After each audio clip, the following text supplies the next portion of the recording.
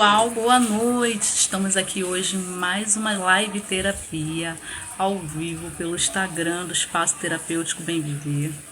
Hoje o tema é Filhos do Divórcio. Qual é a realidade por trás da busca da própria felicidade? Eu me chamo Andresângela Xavier, sou psicanalista, sou terapeuta de casais, terapeuta de família e também terapeuta sexual. O assunto acerca do divórcio, os filhos do divórcio, é algo muito recorrente dentro da clínica, dentro do atendimento. É a realidade de muitos. Inclusive, eu, Andresângela Xavier, também sou uma filha do divórcio. E quem é filho do divórcio, quem teve ou mãe ausente, ou pai ausente, ou ambas as partes, sabe muito bem do que eu estou falando e também do que fala e qual é a queixa de muitos pacientes. Pensando nessa dor, nessa angústia, nessa realidade, que tem sido a realidade de muitas pessoas, desde os primórdios, eu quis trazer aqui esse tema para vocês como esclarecimento, como compartilhamento, porque com certeza a sua dor esbarra na dor de alguém. Ou talvez você é quem está pensando em tomar uma decisão, não sabe o que vai fazer, não sabe se é isso que deve fazer. Qual é o motivo central para que um divórcio deva acontecer ou possa acontecer? É sobre isso que nós iremos falar nessa noite. Tem jeito? Há possibilidade de se refazer uma relação conjugal? Será que a única alternativa ou a melhor alternativa é de fato o divórcio? Eu chamei 3 gigantes para participar comigo dessa live. E eu acredito que vai ser uma noite de crescimento. Então, se você é filho do divórcio, se você é divorciado ou está pensando em se divorciar, se você é professora, se você é da área da educação, não é professora, mas é de outras áreas dentro da educação, se você é da área da saúde, não importa de que área que você seja, mas você sabe que esse assunto é um assunto relevante que precisa ser compartilhado, eu te convido a compartilhar essa live com outras pessoas. Eu vou compartilhar aqui o dado com vocês a respeito do divórcio. Você sabia que hoje, no ano de 2025, eu acredito que esse dado nem seja desse ano propriamente dito, mas já subiu de 386 mil para 420 mil número de divórcios? E aí eu sempre fico pensando como fica os filhos no meio disso tudo. Eu acredito e percebo que tem situações que não tem condições mesmo, e que o melhor até para esses filhos é de fato a separação. Mas que situações são essas? E como é que fica a pessoa que se divorciou? Tem preconceito? Não tem preconceito? Você já pode ir comentando aí. Então eu vou chamar aqui os gigantes aqui que já está aqui conosco aqui. A Karina, convidar a nossa querida Yolanda.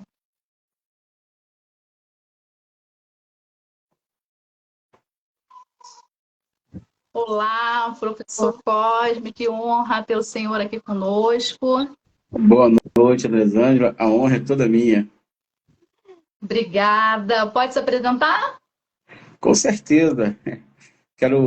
Primeiramente, quero lhe agradecer pelo convite. O convite é muito especial e me sinto também honrado, né, de estar aqui nesta noite, podendo contribuir de alguma forma para esse assunto assim, é tão caro, complexo, né, Sim. mas que é de suma importância e de urgência também para os nossos dias atuais. Bom, eu sou Cosme Ribeiro, sou psicanalista, terapeuta de casais e de família, atuo já há alguns anos, leciono também em alguns lugares, né, a psicanálise, a terapia de casais e família, terapia infantil, sexologia clínica, e é isso, estamos aqui para contribuir de alguma forma. Sim, eu acredito que vai extrair dúvidas, vai esbarrar na dor do outro. Agora, eu já comecei falando que é uma dor minha, né? Eu também sou filha do divórcio. E não sei o senhor, se o senhor quiser contribuir com a sua história, o senhor pode contribuir, mas a impressão que eu tenho como filha do divórcio é que é uma conta que nunca é paga, sabe? Parece que é uma parcela assim a vida toda. Eu não sei se é uma impressão só minha, mas essa é a impressão que eu tenho. Essa impressão é minha também, né? Eu também sou filho de pais divorciados, né? Meus pais se divorciaram, eu tinha aproximadamente entre 12 e 13 anos, aproximadamente. E realmente, assim, as marcas, elas ficam quase que perpetuadas, né? Então, a conta, ela parece que nunca paga, né? Então, a gente fica naquela questão de estar sempre solucionando umas coisas que parece que não tem solução. A gente não tem, assim, Andresângela, a ideia, né, do tamanho do trauma, no psiquismo que faz realmente na vida da criança, na vida do adolescente, quando os pais se separam. Isso é algo, assim, muito sério. E, às vezes, Andresângela, assim, de uma forma muito inconsciente, você acaba reproduzindo algumas atitudes, alguns comportamentos, alguns pensamentos disfuncionais de uma forma assim imperceptível, que acaba de certa forma assim reverberando nos nossos relacionamentos atuais. E às vezes fica aquela inquietação de você não saber o porquê, né, que você faz o que você faz, por que você tem essa atitude, por que você tem esse comportamento. Às vezes são pessoas que não dão certo em alguns relacionamentos, não conseguem ser felizes em alguns relacionamentos. Isso tudo fruto realmente de um divórcio mesmo.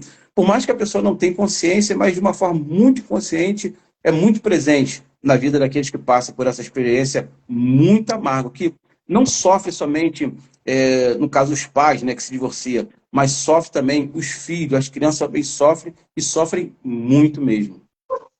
Sim, eu costumo dizer até, professor Cosmo, que os pais, eles vão refazer a vida deles, né? A maioria se apaixona novamente, se permite novamente, e os filhos ficam pagando essa dívida que não é deles, mas eles ficam com essa conta, né? E justamente pelo que o senhor falou também, algumas atitudes que às vezes a gente demora uma vida sem saber por que nós temos determinados comportamentos, determinadas formas de resolucionar problemas de algumas formas que não deveríamos. E se a gente for fazer uma terapia, se nós formos olhar para nós mesmos, nós vamos entender por que nós temos determinados comportamentos e decisões que às vezes nem mesmo a gente sabe explicar. Sim, é uma ruptura, não somente no aspecto físico e literal, porque os pais, quando se separam, né, cada um vai para um lado, então tem aquela questão da divisão dos bens, né, divisão da casa, então ou o filho vai ficar com a mãe ou vai ficar com o pai. Então você tem uma divisão, até mesmo assim, uma ruptura geográfica, mas existe também uma ruptura no psiquismo da criança, né, na mente, no cognitivo da criança. Então, ela vai ter que viver essa sensação de divisão, essa sensação de que sempre está faltando alguma coisa não foi completa na vida dela. E na sua maioria das vezes, a criança não tem essa estrutura cognitiva, né, para poder compreender, para poder entender, assimilar e filtrar e viver de uma forma saudável. É uma ruptura no psiquismo da criança que, com certeza, né, vai ter uma disfuncionalidade na sua vida adulta. Isso é certo. E a terapia, ela ajuda e ajuda muito nisso. Talvez tentar unificar, né, esse psiquismo que está dividido. Né? A pessoa, quando ela desencadeia uma esquizofrenia, essa palavra esquizofrenia veio justamente disso, essa divisão da mente. É claro que não acontece uma esquizofrenia na cabeça dos filhos do divórcio, né? Mas é como se fosse uma divisão de mente. Então, são dois mundos, são duas cosmovisões, são duas direções, e às vezes são direções realmente assim, antagônicas. E isso traz uma dificuldade muito séria para a criança, até ela entender, até ela compreender. Muitas feridas foram feitas nessa criança. Eu já vou começar com uma pergunta que não está na pauta e eu acredito que o senhor não terá dificuldade de responder. Devido à transgeracionalidade e essa percepção do que aconteceu na minha história, e eu vi, eu percebi, eu vivi, mesmo que não tenha sido comigo, mas tenha sido com meus pais, os filhos do divórcio são mais tendenciosos a se separar também? Com certeza, Andresângela. Por quê? Porque você tem uma coisa chamada de imprint no psiquismo. Então, a criança, ela tende a aprender mais pelo comportamento, pela via do comportamento, pela via da observação, do que pela via da linguagem. Ela aprende também pela via da linguagem, mas é o exemplo, né? é uma coisa chamada de mimetismo. Então, ela vai imitar o comportamento. Então, esse registro do divórcio, seja dos pais, seja dos avós, vai ficar registrado no psiquismo dela, e com isso, ela, de uma forma inconsciente, ela vai reproduzir essa atitude. Uma outra coisa também, isso vai servir como parâmetro para a vida dela, padrão para a vida dela. Em que sentido? Quando ela chegar na fase adulta, o padrão, o parâmetro que está registrado na vida dessa criança, seja homem ou seja mulher, é justamente a questão do divórcio, dos avós, dos bisavós, dos pais, e ela vai, ou tem uma tendência, ela vai ter essa tendência a reproduzir a este comportamento. Inclusive que, assim, dependendo do tipo de divórcio, né, como foi o divórcio, né, talvez assim foi devido a briga, a discussões, a espancamento e outras coisas mais. Então a criança pode desenvolver assim um horror muito grande em relação a relacionamentos, né? Em relação ao homem, em relação à mulher, aos seus referenciais. Então com isso ela pode até ter sim alguns tipos de relacionamento, mas dificilmente ela vai ter um relacionamento saudável. Por quê? Porque a referência, o padrão, aquilo que for registrado no seu psiquismo, foi justamente a questão do divórcio. Né? Por outro lado, também, ela tem a tendência a reproduzir, quando continua casado, tem a tendência a reproduzir as brigas, as discussões, enfim, tudo aquilo que acontecia na casa dela, lá dos pais, ela tem a tendência, isso não é 100%, evidentemente, mas ela tem a tendência a reproduzir esse padrão de comportamento que foi adquirido na sua família. Então, se o pai foi, o filho vai ser, se a mãe foi, a filha vai ser. Essa tendência, repito, não é 100%, mas 90% acaba acontecendo isso, essa reprodução de padrão de comportamento dos pais, dos avós e assim por diante. E também, professor, alguns não se separam porque não querem repetir o mesmo comportamento, mas se submetem a ficar em um relacionamento, por vezes, tóxico ou falido, simplesmente para não acontecer a mesma coisa ali que aconteceu com os pais, de chegar de via de fato à separação. Agora, deixa eu perguntar uma coisa. A Karina está aí, eu não consigo vê-la. Tô, Karina, eu não consigo eu te tô ver. aqui. E eu já cliquei aqui e ali, tentando te procurar, já ia te reenviar o convite. Eu falei, não vou fazer isso. Vou ver se ela está na live. Você Aham. consegue ver ela, professor? Não, só estou vendo você. Também só estou vendo. Então, eu tô desde o começo tô aqui. Minha querida, mas que bom que você está. Primeiramente, obrigada por ter aceitado o convite. Se apresenta, Karina, por favor. Quem é você? Boa noite. Eu agradeço também a oportunidade de estar aqui, poder aprender mais, né? Dividir um pouco. Eu sou Karina Oliveira, estudante de psicanálise. Também trabalho como modelista e costureira. E tô aí aprendendo mais e mais nessa área, né, nova da psicanálise, né, para mim, muito novo, mas que acredito que é muito essencial. Tá gostando? Tô muito. Uma paixão, né? Mas é uma paixão que não termina, não é, professor? É verdade, não tem fim. É uma paixão que não tem fim, porque paixão tem prazo de validade. Mas pela psicanálise, pelo menos eu percebo isso. Parece que não termina essa paixão. É uma paixão que quanto mais você conhece, mais apaixonado você fica. É verdade. Karina, deixa eu te perguntar uma coisa. Você é filha do divórcio? Não, assim, em questão, porque meus pais não eram casados, né, assim, no papel, mas não, eles se separaram. Então, e sim, não, mas sou divorciada. Então você identifica em você algumas feridas em relação à separação dos seus pais? Não precisa dizer quais são, caso você não queira. Não, assim, não tenho muito essa visão porque eu não morei com eles. Assim, eu nasci e logo fui para outra família. Só que ainda tinha algumas coisas, né, algumas informações que chegavam a mim depois que eu já me entendia por gente, entendia algumas coisas, então eu ouvia, né, muitas coisas. Então não tem como assim mensurar muito. Mas você relatou que você é separada, né? Divorciada. Sim. Tem ferida aí? Já teve muitas. Hoje em dia, não. É Mas uma marcas, sim. tem as marcas, é uma realidade, né? É, Ela, isso. o posse se assemelha a um luto, né? Um luto. A sensação é de que morreu alguém, de que está morrendo alguém, né? Quem já se separou, quem já esteve perto de um divórcio, a sensação é essa. Professor É Cosme, eu verdade. sei que é casado. Inclusive, eu vi um vídeo do professor Cosme aí, com a É, esposa, no Giro é, 360. A varoa é bonita, hein, não, professor? bonita não, ela é linda. Ela é, parabéns, ó. Parabéns, casal bonito. Eu também sou casada, Obrigado. mas é algo que a gente precisa estar sempre lutando, porque ninguém está livre disso, né, professor? É uma realidade aí. Sim.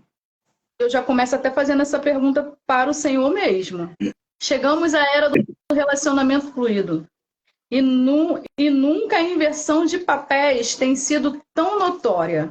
De acordo com o conhecimento que o senhor tem, por que isso tem acontecido tanto? E quais são as consequências disso para as futuras gerações? É. Tentar resumir uma resposta bem desafiante, né? Hum. Mas são muitos fatores, Andresângela. Assim, é uma pergunta bem emblemática, porque ela não é só de cunho religioso, mas ela é também de cunho filosófico e também sociológico. Então, tanto a filosofia como a sociologia, ou a religião, no caso, o cristianismo, tem estudado e debruçado sobre esse fenômeno, ou esse movimento que tem acontecido, que assim poderia parecer muito um discurso religioso, né? Se falássemos somente por essa via da religião, mas não, a filosofia também tem observado essa questão, a sociologia também tem observado essa questão. Então, assim, dentro dessa tríade, por exemplo, dentro da filosofia, quando a gente fala de relacionamento fluido, nós estamos falando de um relacionamento onde que ele não tem uma solidez, né? Onde ele não tem uma base concreta, uma base sólida. Talvez a filosofia vai responder justamente pela via de uma coisa chamada de revolução afetiva. Antigamente nós tínhamos um sujeito que buscava uma individualidade, pelo menos até no período moderno, início do pós-moderno. Hoje tem um filósofo que fala já sobre uma hipermodernidade, um filósofo chamado Gilles Lipovetsky.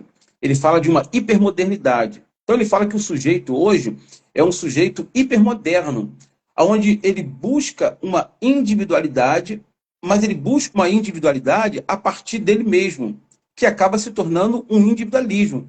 Então, até no período moderno, no começo do pós-moderno, nós tínhamos um sujeito buscando uma felicidade, mas a partir de uma coletividade.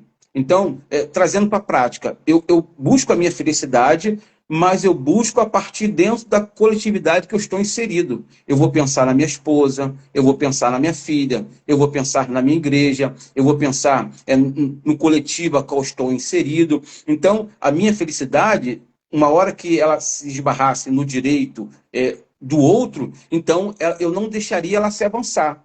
Mas hoje não, hoje nós temos um efeito onde que o indivíduo ele busca a sua individualidade a partir dele mesmo, não a partir de um coletivo, devido a essa revolução afetiva, onde que o mais importante é a minha felicidade, em detrimento, às vezes, da felicidade até mesmo do outro. Então, dentro da família ou dentro do relacionamento, não importa tanto a felicidade do outro, importa a minha felicidade. Eu preciso ser feliz e vivo uma coisa chamada de a tirania da felicidade. Então, eu busco o meu bem-estar, a minha felicidade, a partir de mim mesmo, a partir do meu bem-estar, da minha afetividade. Com isso, eu não penso no outro. Com isso, eu não quero, de certa forma, abrir mão de alguns costumes, de alguns hábitos, de algumas coisas cujo o relacionamento interpessoal ele acaba nos atravessando, aonde que nós temos que nos doar, aonde que nós temos, de certa forma,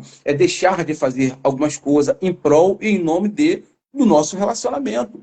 Mas quando isso não acontece, nós temos esse efeito desse relacionamento fluido. esse relacionamento aonde que ele não tem uma base sólida, não tem uma base concreta. Por quê? Porque justamente o indivíduo ele não pensa no outro. Partindo para a sociologia, eu talvez possa buscar aí o Zygmunt Bauman, onde ele escreve um livro sobre o mundo líquido, o amor líquido, onde você hoje não consegue segurar mais o amor, onde você não consegue segurar mais o companheirismo, a amizade, porque ele se dilui nas nossas mãos. Hoje a pessoa ama, amanhã ela não ama mais. Por quê? Porque o amor é um amor interesseiro. O amor não é uma via de mão dupla. O amor é uma via de mão única, onde eu quero satisfazer as minhas necessidades. E quando dentro de um relacionamento, seja conjugal ou não, eu não encontro espaço para satisfazer as minhas necessidades e para eu ter uma felicidade plena, então com isso os relacionamentos se tornam fluido, eles se tornam líquido. E com isso, então, não tem uma solidez em muitos relacionamentos. Isso é um efeito muito grande. Uma outra questão aí que você falou foi justamente essa questão da inversão de papéis. É um outro efeito também sociopolítico, econômico, muito grande. Nós temos a questão de uma dificuldade, Andresângela. Não sei se parou aí, né? Tá ouvindo? Parou não, me perdoa. Eu estou tentando chamar a Yolanda para participar da bom. live. Então, assim, essa questão da inversão de valores, né? Eu repito em dizer que a sociologia estuda isso, a filosofia estuda isso, e a religião também tem estudado esse efeito. Por quê? Nós temos um efeito sociopolítico muito grande, né? A nossa economia é uma economia difícil. Então, o modelo de família do passado não é o mesmo modelo de família de hoje. Nós temos uma família no passado onde o homem saía para poder trabalhar, buscar o alimento, né? E a mulher, no caso, a mãe, ficava em casa com seus filhos, cuidando dos seus filhos. Então, desde a Revolução Francesa, inglesa, perdão, para cá, nós tivemos essa mudança cultural, social, política e econômica, onde nós temos uma dificuldade econômica muito grande e que em muitas famílias há uma necessidade, às vezes, da mulher realmente ir trabalhar para ajudar o seu esposo, para ajudar a sua família. Esse é o primeiro fator. Então, com isso, em determinado ponto, a mulher acaba sendo mais dedicada, ela acaba se lançando mais em alguns aspectos. A partir daí, nós temos o início de uma inversão de papéis e de valores. Esse é o primeiro movimento, né? Esse é o primeiro fator. Um outro fator, hoje, já na atualidade, nós temos, Andresângela, um índice de adolescentes e de jovens muito grande que estão tendo filho entre 13, 14, 15, 16 anos, aproximadamente. Algumas sabem quem é o pai, outras não sabem quem é o pai. Então, o número de mães solteiras é muito grande. Então, com isso, já segundo o IBGE, quase que é mais de 50% o número de mulheres que sustentam os seus lares, justamente por causa desse primeiro fator e por causa também desse segundo fator, aonde há uma ausência paterna, há uma ausência do homem que já começa no próprio relacionamento e quando chega, às vezes, na fase adulta, às vezes acaba sendo uma mãe solteira e aonde ela tem que ser responsável pelo seu lar. Eu acrescentaria um terceiro fator, como fruto de estudo aqui, né, nessa live, os movimentos feministas. Né? Os movimentos feministas, eles tentam, buscam a cada dia a questão da igualdade social, igualdade profissional, enfim, em várias áreas. Então, com isso, você tem um efeito que cresce, mas você tem outro que surge, que é a omissão masculina. É o distanciamento do homem em relação à sua missão, em relação ao seu papel. E você tem um grupo aqui de mulheres que luta pelos mesmos direitos e, de certa forma, ter o mesmo papel, a mesma função do homem. Então, isso, de certa forma, acabou realmente e tem acontecido. Então, você tem um distanciamento do homem, até mesmo no mercado de trabalho, e você tem a inserção da mulher dentro do mercado de trabalho. Então, com isso, de um lado você tem a omissão e, por outro lado, você tem a inserção da mulher, né, desse movimento feminista, que assim, cresceu e é muito forte.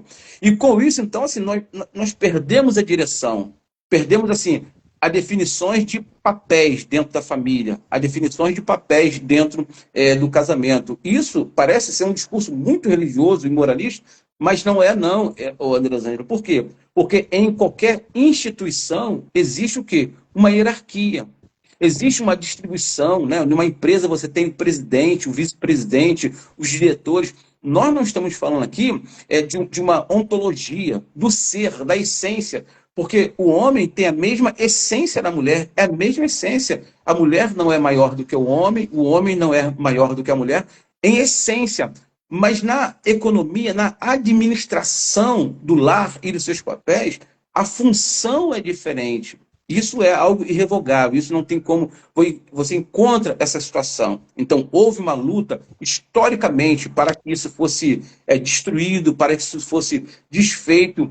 E realmente é o que nós temos visto que isso realmente assim tem acontecido. Eu tenho vários artigos e alguns livros também, livros que não são cristãos, mas que falam sobre essa omissão do papel do homem, esse distanciamento, que é um fenômeno muito forte e muito grande. E poderíamos falar que isso está acontecendo somente no aspecto secular? Não, mas dentro do próprio real cristão também, isso está acontecendo muito, e é uma das maiores reclamações de muitas mulheres cristãs em relação aos seus esposos que não assumem os seus lares, não assumem o seu casamento, não assumem o papel de homem, não assumem o papel de esposo, não assumem o papel de pai, justamente, talvez por causa dessa frase, a omissão. E quais são as consequências disso? Para fechar, eu acredito que nós já estamos colhendo, já nessa geração, essas consequências.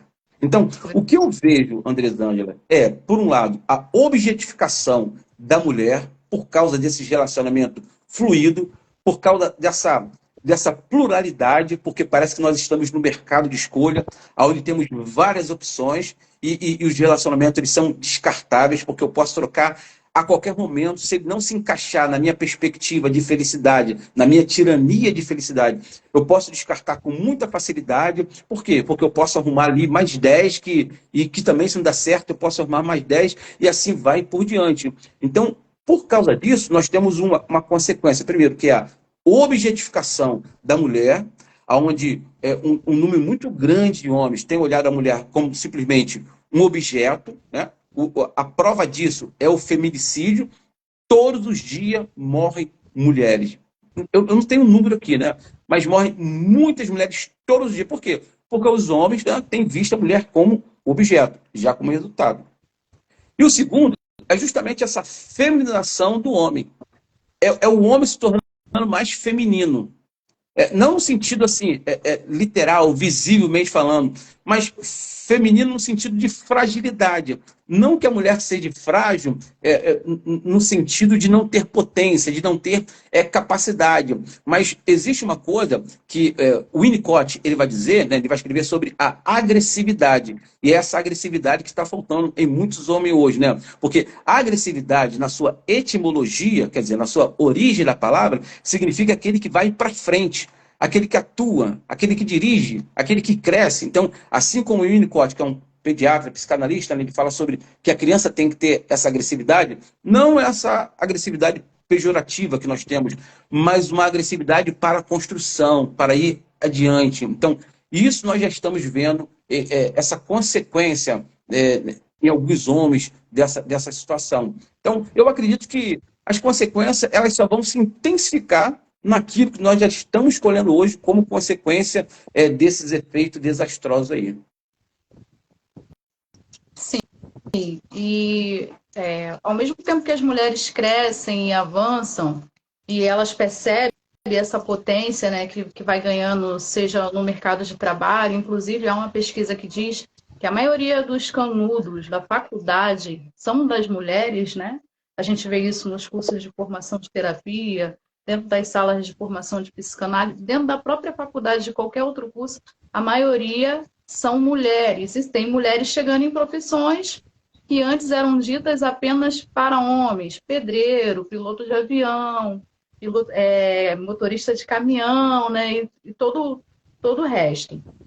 Mas ao mesmo tempo que essa mulher vai galgando o lugar, vai avançando na sociedade, eu percebo também que elas ficam nessa expectativa. Eu estou indo, estou avançando, mas eu quero essa figura máscula, eu quero esse macho alfa do meu lado. Sim. E está tendo essa dificuldade de encontrar, porque não querendo ofender a classe masculina, né? Mas acho que as mulheres estão indo tão para frente tão para frente que os homens estão indo tá recuando, recuando, recuando, né? Porque as mulheres estão parecendo mais macho, né? Mais másculo do que os próprios homens, né? E depois aí tem a reclamação. Umas, né, professor? Uhum. Outras não, outras é orgulho.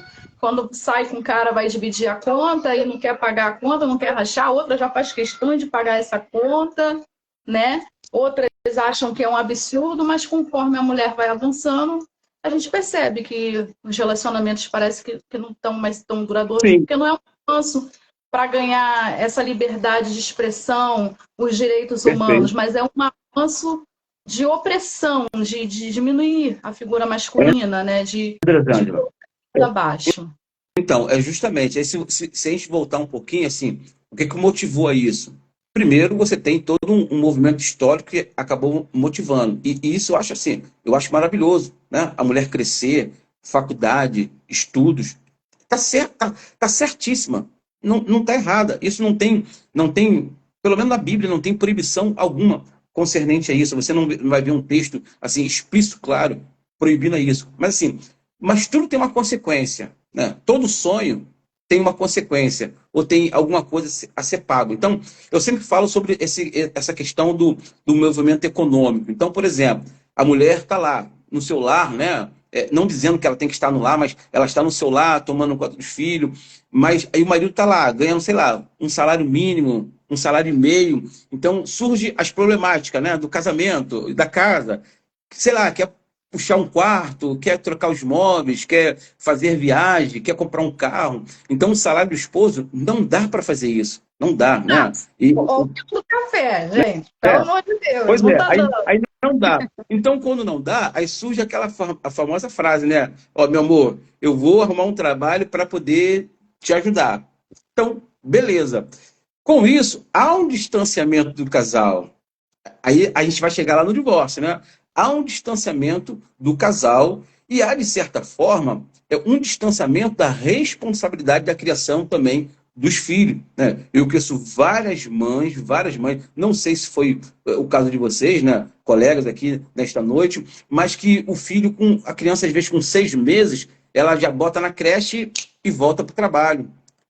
Uma vez que, assim, pelo menos o primeiro ano, né, de maternidade ali, né, com a criança, é de suma importância para a formação da criança, aquelas coisas mais. Aí o que ela vai ter que fazer? A mãe e o pai vai ter que terceirizar esse serviço. Em que sentido? Essa criança agora não vai ficar com o pai, não vai ficar com a mãe, vai ter que ficar ou com a avó, ou vai ter que ficar numa creche o dia todo, né?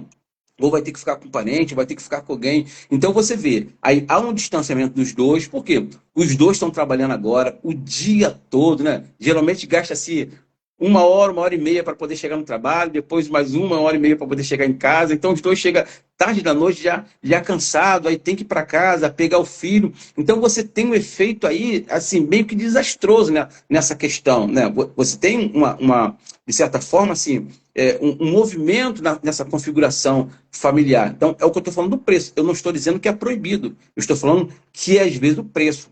Que, às vezes, essa esposa agora vai passar muito mais tempo com os colegas do trabalho do que em casa. Esse homem agora vai passar muito mais tempo com os colegas de trabalho do que em casa. Esse filho agora, essa criança, não vai ter esses referenciais tão presente em casa como tinha, talvez, no passado. Então, assim, são preços a colher, né?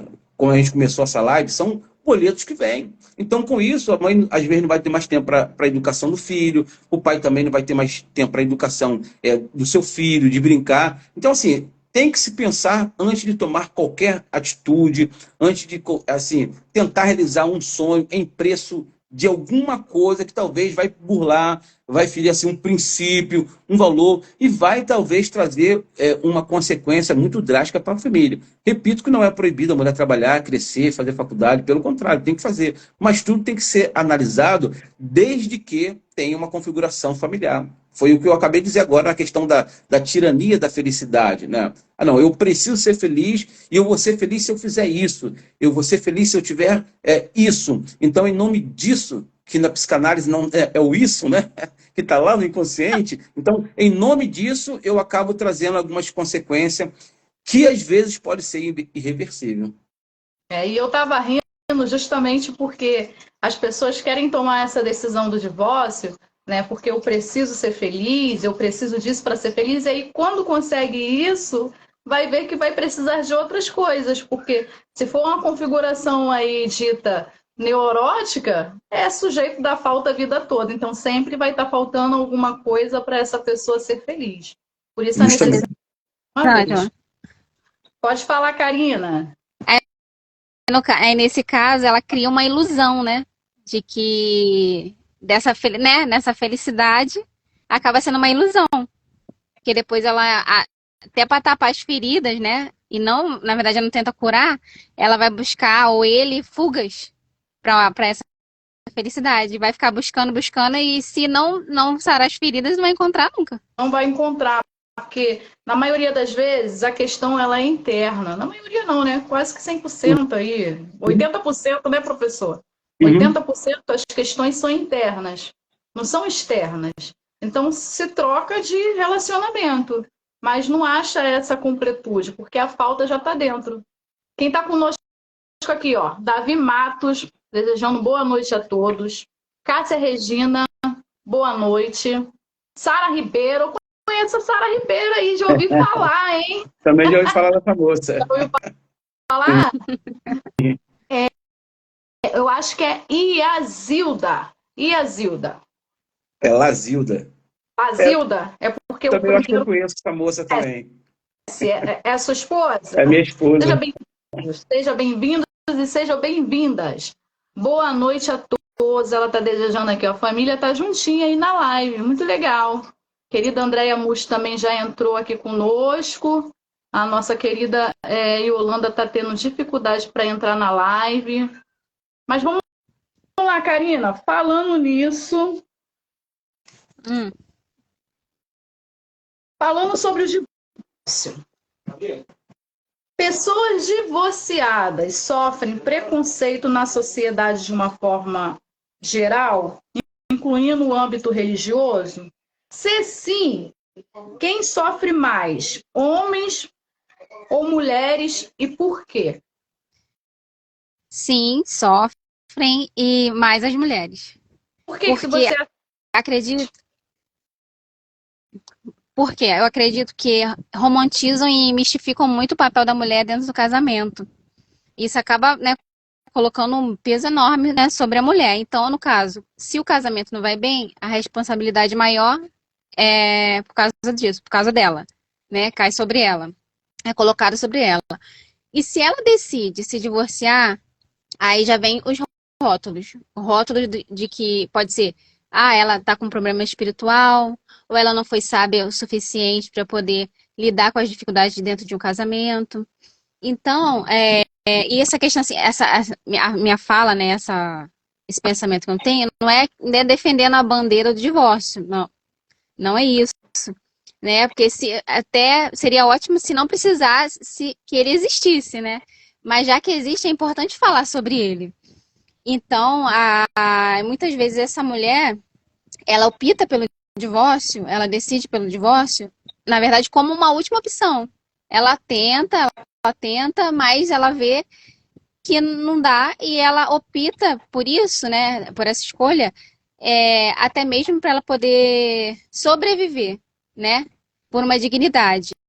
E também para, assim, ter uma sobrevivência emocional e até mesmo física, porque muitas das vezes acontece a questão das agressões, né, dos abusos físicos, são abusos físicos, abusos emocionais, morais. Então isso leva aquela mulher, enquanto ela está dentro desse relacionamento, e tem muitas que tentam até o último mesmo recurso, elas acabam se perdendo ali dentro. Então, se ela não optar por isso, é bem capaz de ela, com certeza, morrer espiritualmente, morrer emocionalmente e também fisicamente, que é o caso dos feminicídios também, né? Então, e acontece também o quê? Que a mulher divorciada, ela carrega uma marca, né? Mesmo depois que ela passa pelo processo das feridas e tal, da cura, ela carrega uma marca. E essa marca vai com ela onde ela vai. Então, dependendo dos ambientes que ela tá, principalmente religioso, e o social mais tradicional, né, no caso. Ela é vista e é olhada de uma forma diferente e julgada. Só que julgada por pessoas que não sabem a fundo o que aconteceu. Não conhecem a história dela, nada. E ela acaba ouvindo frases do tipo assim: será que você tentou de tudo mesmo? Eu acho que você não orou o suficiente. E vai ser difícil alguém te querer depois disso. E os filhos? Você não pensou neles? Assim, essa frase desse tipo, né? Que ela acaba ouvindo, né? No caso, só que essas próprias pessoas que falam isso, elas ignoram o fato de que quando uma pessoa entra no casamento, ela não entra para sair. Ela entra para construir uma vida com aquela pessoa, né? E ignoram também a dor silenciosa daquela mulher e também daquele homem, porque o homem também sofre, só que as mulheres sempre recaem mais sobre elas, né? E essas pessoas de fora ignoram essa dor, né? Ignoram esses fatos. E esquecem também que cada um tem uma história. Eles querem botar todo mundo no mesmo pacote e achar que a opinião de que eles nem sabem, né, na verdade, a fundo do que aconteceu, eles precisam dar, né, para afirmar alguma coisa. E é isso, é a mulher mesmo. Bom, eu sou a favor de uma possibilidade de criar uma lei que deveria ser proibido as pessoas palpitarem sem saber na vida dos outros. Porque cada um sabe onde aperta o calo, onde cai a goteira, cada um sabe o que acontece quando fecha o portão, quando fecha a porta, cada um sabe o que acontece da porta para dentro. E de fora, só opiniões. Mas realmente, pelo menos assim, eu não vou falar só no âmbito religioso, não, tá? Se o Cosme também quiser contribuir também, fica à vontade. Na sociedade em geral, a mulher fica com esse peso da responsabilidade maior de fazer com que esse casamento dê certo. Fica também com a responsabilidade maior de fazer com que esses filhos dê certo. No entanto, que quando a gente vê uma criança na rua fazendo alguma coisa de errado, ou um adolescente, nunca se fala assim, cadê os pais dessa criança? Ou cadê o pai dessa criança? Cadê a mãe dessa criança? Verdade. Entendeu? Quando tem uma traição no casamento por parte do homem, o que você fez ou deixou de fazer para que esse homem viesse a trair? Quando a mulher é agredida, mas vai saber o que ela fez. Não é verdade? Então, assim, realmente mais para as mulheres esse peso maior da responsabilidade, quando, na verdade, a responsabilidade é dos dois. Quando se fala da religião, as pessoas se pegam muito na passagem que diz que a mulher sábia edifica sua casa e a tola destrói. Mas a Bíblia também fala que o homem precisa ser sábio. Sabedoria para todos. Então, a Bíblia fala assim, ó, quem tem falta de sabedoria, peça a Deus, que a todos ele dá deliberadamente. Então, não está falando só a mulher que precisa de sabedoria, peça a Deus, o homem também. Então, é homem e mulher que precisa de sabedoria, e todos nós precisamos de sabedoria para exercer não só dentro do casamento, mas em todos os âmbitos da sociedade da nossa vida. Verdade. É sobre isso. A pessoa quer contribuir com essa fala? Sim, Andrezão, e responsabilidade maior em relação da luta pelo casamento é biblicamente do homem. A Bíblia diz lá em Efésios, Paulo escrevendo, capítulo 6, ele fala que o marido tem que amar a esposa como Cristo amou a igreja. Como é que Cristo amou a igreja? Dando a vida por ela. Então, o homem recebeu uma missão direta de Deus, dada por Deus. Qual a missão? Quando a Bíblia fala, hoje assim, há uma interpretação muito equivocada, né, dos cristãos mesmo, em relação à submissão. Então, quando se fala em submissão, aí vem aquela ideia do patriarcalismo, aquela ideia de submissão, aí tem uma interpretação em relação ao quartel, né, que tem que ser submisso a torto e qualquer direito. Não. O homem recebeu uma missão. Qual a missão? De nutrir a sua família, de alimentar a sua família, de proteger a sua família e de cuidar da sua família. Quando se fala em submissão, significa que a esposa foi criada para ajudar ele nessa missão. Mas que missão é essa? É essa missão que foi dada por Deus. Então, Deus deu uma missão ao homem de quê? De proteger, de guardar, de nutrir, dessa série de coisas que está lá. Então, mulher, agora vai ajudá-lo, ele agora, nesta missão. Então, ele agora tem que dar a vida pela sua esposa, né? Enquanto que a Bíblia diz que a mulher tem que ser submissa, mas submissa significa sob uma missão. Que missão é essa? Sob a missão de Deus que foi dada para o homem. Então, o homem tem uma missão e ela foi criada para poder ajudar ele nessa missão que foi dada por Deus. Então, ele tem que amá-la. Enquanto ela tem que ser submissa, ele tem que amá-la, guardá-la, protegê-la e, se for o caso, dar a vida por ela. O que a nossa colega Karina falou, isso é muito interessante, que geralmente, numa porcentagem assim, bem diferenciada, a gente vê que quem luta mais pelo casamento geralmente é a mulher que assim, quase que esgota todas as suas possibilidades, né? Eu sempre costumo dizer assim, que quando a mulher, ela diz assim, ó, não quero mais, é porque realmente ela não quer mais. Quando ela chega a se falar que quer separar, é porque realmente já esgotou todas as suas possibilidades. E o homem não, né? O homem é mais aquém, é mais distante dessa situação, e dificilmente ele está disposto assim, para lutar em relação ao seu casamento, né? A não ser quando ele está correndo assim, o risco realmente de separação, aí ele tem aquela questão da toca da raposa, né? Então ele vai lá, se conserta um pouquinho, mas daqui a pouco volta a mesma coisa, né? Volta a fazer a mesma coisa. É como o camarada que agride mulher, né, Andrezana, é casado e agride. É um ciclo, que assim, a mulher que está casada com um cara que bate nela, né, ela vai continuar nesse ciclo até ela morrer, que ele não vai mudar. A não ser se for uma transformação divina do Senhor, fora disso não tem mudança, não tem transformação. Né? Por quê? Porque é um ciclo. Ele bate, se arrepende, chora. Ele bate, se arrepende e chora. É um ciclo. Então, parece que é amor, mas não é amor, né? É uma obsessão, é uma possessão, isso é uma doença. Então, ela acaba, de certa forma, assim, dando mais, vamos dizer assim, mais crédito, porque realmente, assim, o homem, ele acaba chorando mesmo, sabe? E tem todo o aspecto de um arrependimento. Mas daqui a pouco, ele bate de novo. Então, nessa situação, realmente, assim, não tem como conviver, né? Nessa situação, aí não resta uma outra coisa, infelizmente, a não ser o divórcio. Assim, confirmando essa questão, eu acho que no divórcio, assim, uma porcentagem também muito grande, sempre quem sofre é a mulher.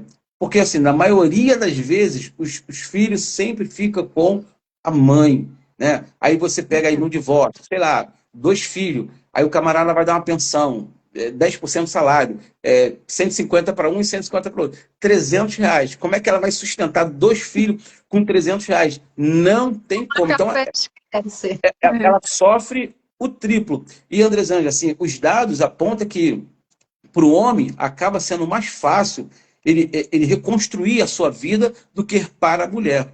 Porque ainda que ele tenha filho do divórcio, mas ele vai de vez em quando, ele pega de vez em quando, não vive com ele, né? Geralmente não vive. Mas ela não, vive com ele, né? Com 2, 3 filhos, dependendo. Então, para entrar no outro relacionamento, primeiro que, dependendo da idade das crianças, as crianças já vai ter uma dificuldade de aceitar um novo pai, né? Já vai ter uma dificuldade de aceitar um novo pai.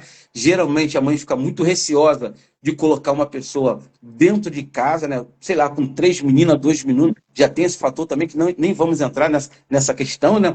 Então, assim, ela acaba tendo uma dificuldade. E com isso, ela acaba se aniquilando, fazendo que ela se desapareça, justamente em prol dos filhos, tudo isso por causa do divórcio. Então, o sofrimento, as consequências, geralmente quem mais colhe, no caso, é a mulher. A mulher, sim. Agora o senhor falou que não era amor, eu lembrei até daquele pagode que fala, não era amor, era cilada. Eu ia citar ele, ia falar assim, não, eu vi por aí, né? Eu vi uma frase assim em algum lugar.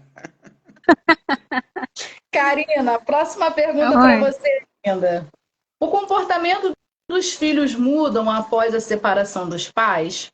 Quais são as possíveis mudanças e quais sinais de alerta? Mudam sim, mudam, e muito, né? E imagina, o processo de separação e divórcio já é uma situação muito difícil, né? Para o casal, naquele momento que eles planejaram tantas coisas juntos, né? Construir uma vida e tal.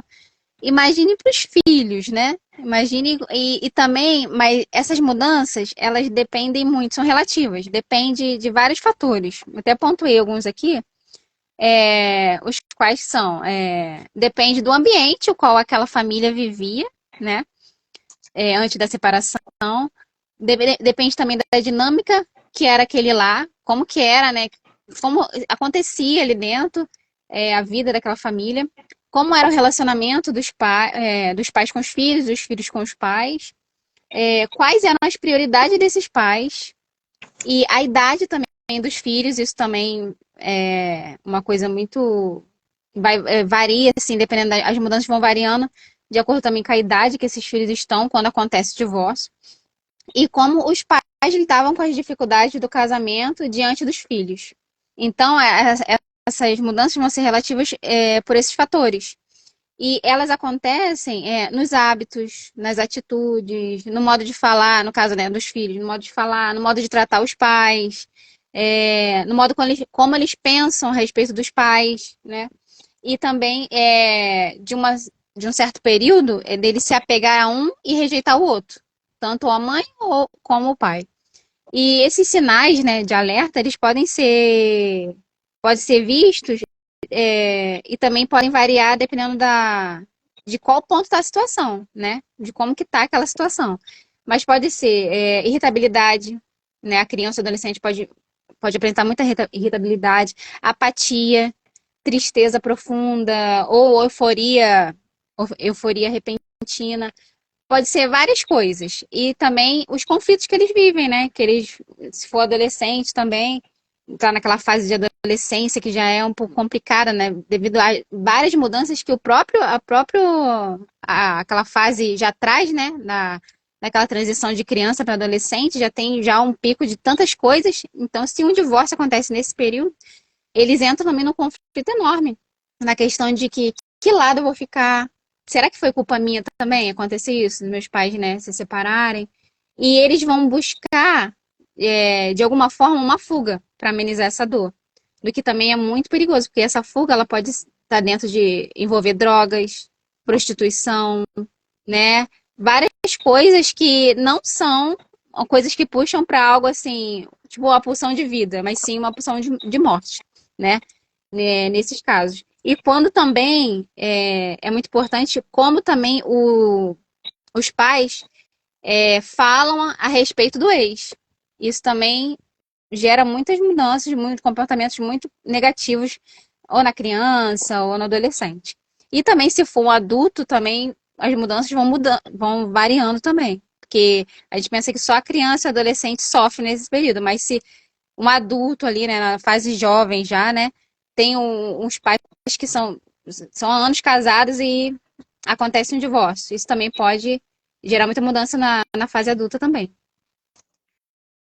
Então a gente percebe que, independente da idade, esses filhos eles sofrem de alguma maneira os impactos da separação dos pais. Uhum. Sim. Isso. Deixar até uma deixa aqui para quem trabalha com criança. Eu já fui professora de salinha, professor Cosme. Tá bem, que legal, hein? Parece, mas eu fui. Fui 8 anos cheia de salinha.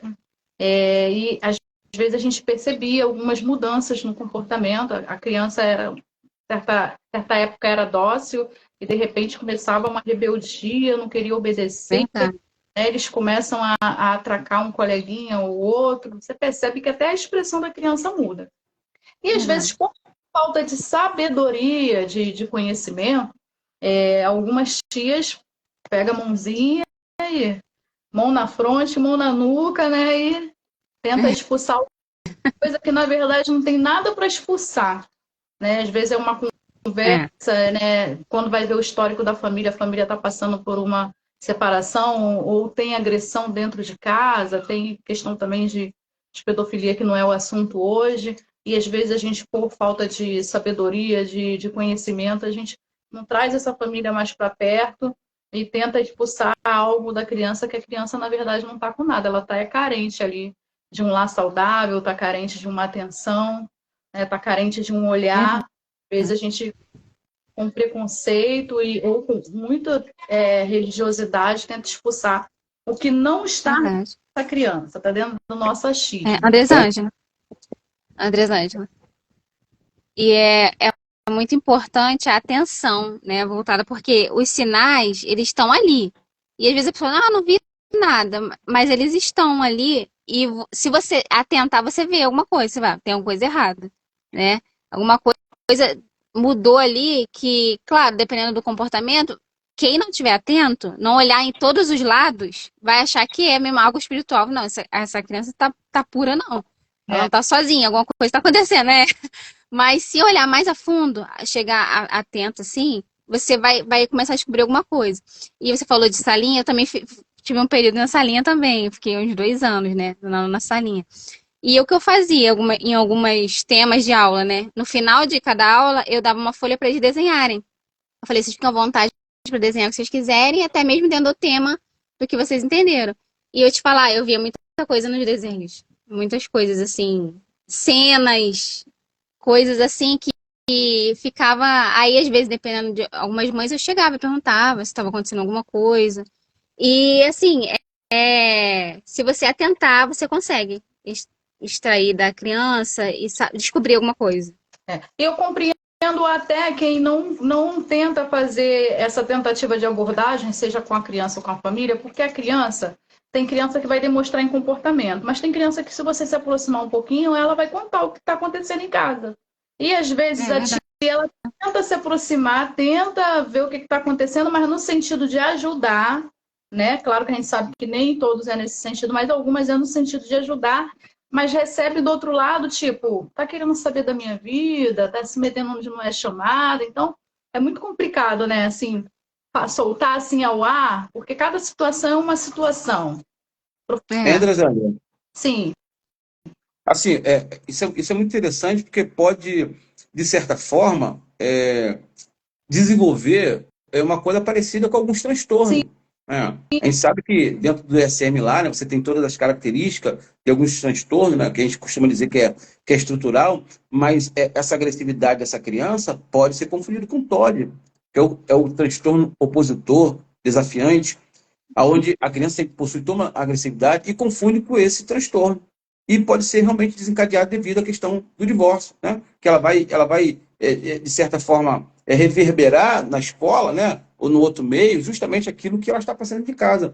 Uma outra coisa pode se confundir, talvez, com um TDAH, né? Um déficit de atenção, hiperatividade, ela pode desenvolver, né? Ainda que, aparentemente, ela pode desenvolver uma coisa que, dentro da psicanálise, a gente chama de autismo encapsulado, que se confunde muito com autismo, mas não é autismo. Então, lá nos primórdios lá, né, do movimento da psicanálise, estudava muito acerca disso, né, François Doutor e aquela galera toda, que pontuaram sobre essa questão do autismo encapsulado, onde a criança, de certa forma, ela se encapsula, né, ela entra numa espécie de uma cápsula, ela tem uma espécie de regressão, né, e ela não consegue desenvolver. Por quê? É a forma como ela encontra para poder se proteger do ambiente. O próprio Winnicott vai dizer sobre isso, né? Sobre o desenvolvimento de um falso self que a criança desenvolve para a sobrevivência de um lar disfuncional, de um lar patológico. Então, assim, um lar disfuncional, um lar patológico, a manifestação de divórcio pode sim, de certa forma, acabar desenvolvendo algum tipo de transtorno na criança, pelo menos assim, aparente nessa criança. Ela tem toda a aparência de realmente um transtorno e talvez, assim, se o médico não fizer uma boa anamnese, não procurar ver o contexto, sabe? O contexto que essa criança está passando, realmente pode dar um pseudo-diagnóstico e enclausular essa criança dentro de uma medicação por resto da sua vida, ela levar um diagnóstico que ela não tem, porque se confunde muito, sabe? Eu acredito que a ciência ainda é uma criança que ela está se desenvolvendo, principalmente as ciências humanas, né? Ela está se desenvolvendo de uma forma, de um lado, muito rápido, mas por outro ainda é considerado uma criança. Então, o mundo interno, não tem como você assim, ter um limite do mundo interno, falar como funciona o psiquismo, o mundo interno da criança, ou seja, do adulto, o que acontece. Né? Nós temos aí, por exemplo, a esquizofrenia breve, né, que pode ser desencadeada por um trauma, né, por um fator estressante externo na pessoa, ela pode desenvolver todo um quadro de esquizofrenia breve, embora depois passe, geralmente o DSM diz que é 30, 40 dias aproximadamente, né, mas pode se prender nesse quadro. Então, a criança também ela pode se prender num quadro patológico justamente por causa do divórcio. E uma outra coisa, André, você falou a questão de ficar, assim, às vezes, dentro do casamento, né? Casais que, assim, não se separam, porque os pais separados, ou porque são da igreja e não quer separar, aquelas coisas lá. Então, a criança pode desenvolver, ou o esposo ou a esposa pode desenvolver uma patologia para servir como um catalisador desse casamento. Uma depressão, uma angústia, uma ansiedade, enfim, qualquer tipo de transtorno psíquico, justamente para manter esse casamento ligado. Então, e a criança, inclusive a criança pode inconscientemente perceber isso, né? Essa disfuncionalidade dos pais, perceber que os pais estão separando, então com isso ela adoecer. Então, essa doença dessa criança, né? Essa patologia dessa criança, pode, de certa forma, aproximar os dois, e se a criança entender e compreender que aquela doença, de certa forma, salvou o casamento dos pais, então ela vai ficar presa dentro desse diagnóstico aí. E aí é que está a questão do ganho secundário, né? E nós, como profissionais, a Karina também que está em formação, a gente vai perceber até comportamentos assim muito perceptíveis em algumas pessoas que adoecem quando não está tendo atenção, quando não está tendo um retorno, e aí quando todo mundo se ajunta, a pessoa começa a melhorar um pouquinho, aí tem aquele afastamento ao redor, a pessoa adoece de novo. Isso é muito real. E a questão do diagnóstico infantil, ou até na fase adulta, eu já ouvi dizer que nos Estados Unidos eles são mais tardios para dar um diagnóstico para uma pessoa. E aí eu não vou estender para todos os profissionais do Brasil, porque cada profissional é um profissional. Mas há uma necessidade de um diagnóstico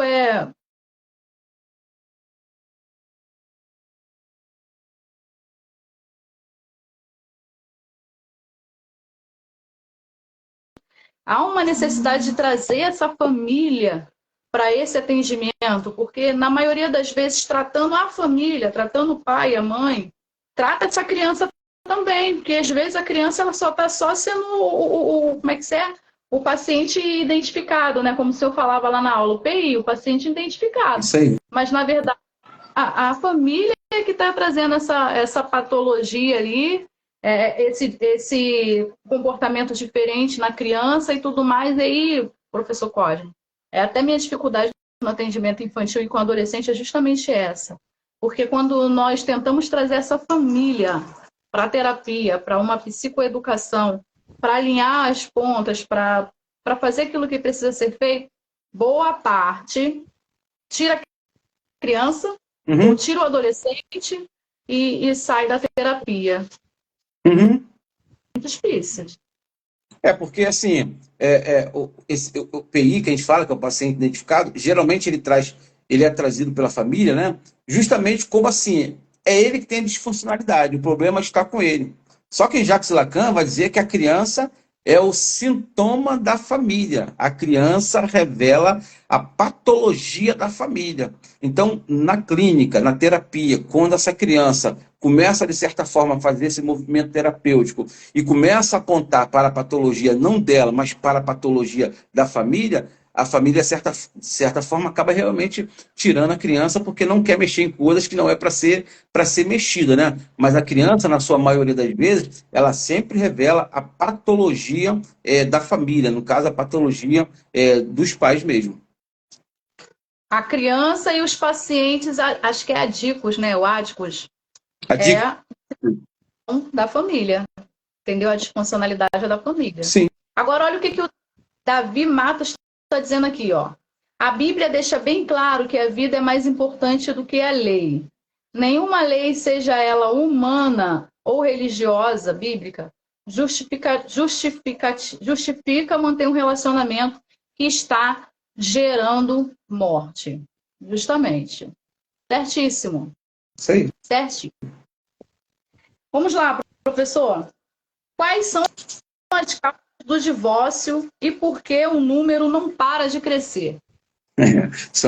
São muitas causas, né, Andrezângela? Assim, eu vou falar algumas aqui, mas são mais, né? Assim, existe uma pesquisa, os dados, que dizem que 80% das causas do divórcio são de ordem do privado e não do casamento.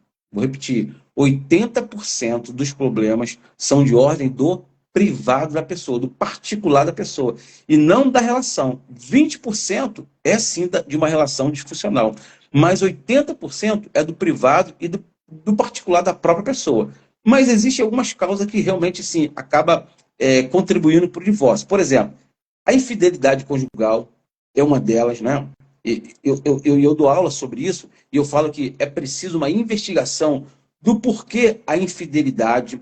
Quem ama trai? Alguns dizem que não e alguns dizem que em si. Mas é possível? Sim. Se o homem amar a mulher ou a mulher amar um homem, e se ela tiver uma hipersexualidade e ela não tiver um ambiente onde ela tenha ou ele tem essa oportunidade de expressar essa hipersexualidade, sim, ela pode ser desencadeada numa infidelidade, só sexo por sexo. Aí é outra discussão, né? Alguns vão discordar, mas isso é uma realidade. O segundo aqui, motivo, seria o descontrole financeiro. E isso assim, está no ranking, né?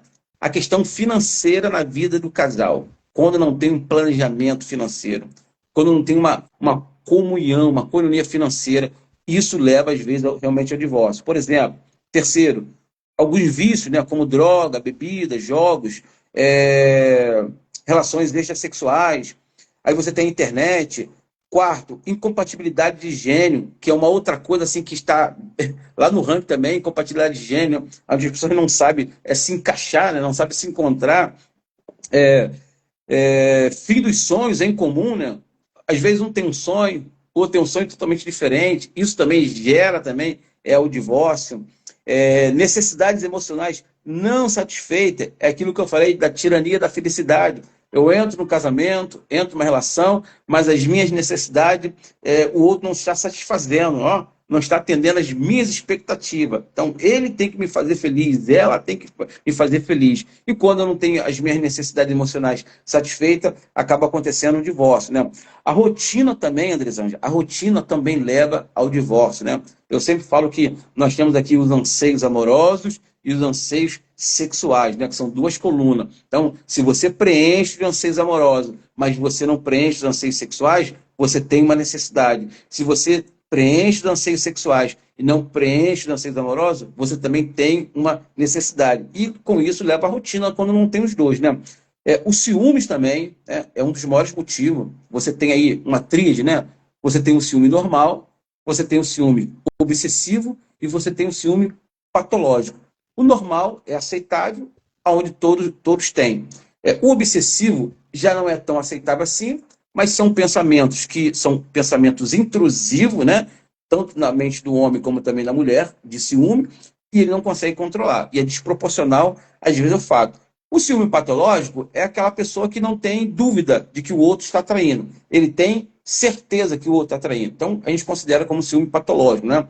É uma causa também de ciúme. Então, e o outro ponto aqui seria a questão dos quando os papéis não são assumidos, né? Numa relação, eu sempre desenho, né, um ciclo, eu acho que você deve lembrar desse ciclo, eu desenhei várias vezes na sala de aula, sobre a questão do intrapessoal e do interpessoal. Então, dentro de uma relação, você tem aí o relacionamento intrapessoal, que é a pessoa com ela mesma, e tem o relacionamento interpessoal, que é os dois juntos.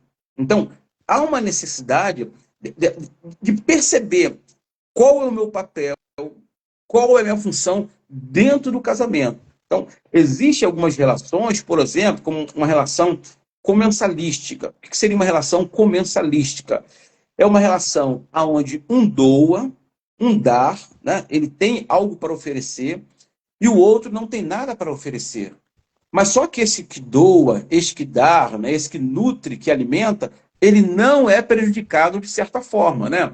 Isso vem da biologia, então é chamada de relação comensalística. Ó, eu dou, né, o outro só recebe, eu não recebo, dava, mas de certa forma não está me prejudicando. Aí você tem a segunda relação, que é uma relação que parasitária. Numa relação parasitária, ó, eu dou, eu dou os nutrientes, eu alimento, mas eu não recebo nada. E nessa de eu não receber nada, eu sou destruído. Por quê? Porque eu estou numa relação parasitária, né? Não é uma via de mão dupla, é uma via de mão única. Então, na comensalística, eu dou, mas de certa forma não está me prejudicando tanto, mas na relação parasitária, sim. Eu morro dentro dessa relação em prol do crescimento do outro. em prol da felicidade do outro. É uma relação parasitária. Aí você tem uma terceira aí, que é a mais saudável e a mais correta, que é uma relação mutualística. Porque toda relação, Andresandia, é uma relação de troca, né? Aonde que é uma via de mão dupla, aonde que você doa, mas o outro também doa. Então, da onde vem a palavra mútuo, né? É uma relação mutualística, aonde tem que haver uma troca. Então, eu dou para o meu casamento, e minha esposa também doa para o casamento. Então, quando não se conhece essas funcionalidades e esses papéis dentro de uma relação, dentro do casamento, realmente pode, de certa forma, desencadear o divórcio. Aí você perguntou por que isso cresce tanto. Eu acho que primeiro por causa da facilidade do divórcio, né? A facilidade do divórcio. Por quê? Antigamente, para divorciar, era até mais difícil, né? Para divorciar. Hoje é mais fácil, né? Você tem a questão do litígio, você vai ali no cartório e você consegue, mesmo que a outra parte não queira, você consegue se divorciar com facilidade. Então, esse é um fator. O outro fator é devido a um efeito chamado de pluralidade. Então, eu estou diante de um mercado plural, sabe? Então, e descartável, e relativista. Ah, não deu certo, parto para outro. Eu vejo muitas jovens hoje, até mesmo da igreja, casando com esse tipo de pensamento. Ah, eu vou casar, mas se não der certo, eu me separo e caso com o outro. É o tipo de pensamento. Então, já entra, às vezes, numa relação com um sentimento, às vezes, de separação, de próprio derrota, com a possibilidade de um divórcio, né? Então, por que isso acontece tanto? Uma das coisas também, eu faço coro com o Luiz Hans. Luiz Hans, que é um psicólogo, ele escreve um livro chamado de Equação do Casamento. Eu acredito que muitos casais que têm passado por muitos infortúnios, muita dificuldade, Andresângela, não sabe como resolver os seus problemas. Acredito. Não sabe, assim, dar o pontapé inicial de como resolver, para onde ir, com quem falar. Então, eu acho que isso contribui, esses fatores. Então, esse terceiro fator, assim, você está passando uma dificuldade no casamento, então você não sabe o que fazer. Ah, meu líder espiritual, ele está lá, mas ele vai falar que eu tenho que orar e jejuar, mas eu já fiz isso. Né? Geralmente vem essa resposta pronta, né, de alguns líderes, né? Você está orando, irmã? Tô, pastor. Você está jejuando? Tô. Eu estou até indo para o monte, né, pastor? 7 vezes por semana eu vou para o monte, vou para a vigília, mas não está adiantando. Então, falta, às vezes, uma instrumentalidade mais aguçada, né? Assim, uma lupa, talvez, para realmente detectar aonde está o problema. Então, às vezes, por falta de não saber o que fazer, então, o caminho mais rápido e mais fácil às vezes é o divórcio. Eu não estou falando aqui, Andresângela, de uma situação, como o nosso colega falou, e concordo com ele, de agressão, por exemplo, né? Uma mulher que é agredida pelo seu esposo, ela não tem que pensar 2 vezes de sair dessa relação. Ela tem que sair dessa relação e usar os meios jurídicos e legais para poder protegê-la, né? Medida protetiva, ir na delegacia, da parte, essas coisas todas. Ela não é obrigada a ficar nessa questão. Mas eu estou falando de um gênero de incompatibilidade, de coisas secundárias, de coisas assim, periféricas, coisas supérfluas, onde os casais não conseguem suportar. Às vezes é um copo que o camarada deixou na pia, sabe? É um vestido que ele esqueceu de comprar, é um presente de aniversário, coisas bem banais, que onde vão se intensificando e acaba gerando divórcio. Eu acrescentaria aqui, para terminar, acrescentaria um outro fator. São histórias mal resolvidas do passado da pessoa. Porque quando você casa com a história de vida do outro. Eu disse que os dados dizem que 80% dos problemas do casamento são de ordem do privado e não de ordem do casamento. Então, você casa com a história de vida do seu esposo. Algumas histórias mais resolvidas, eles trazem para o casamento.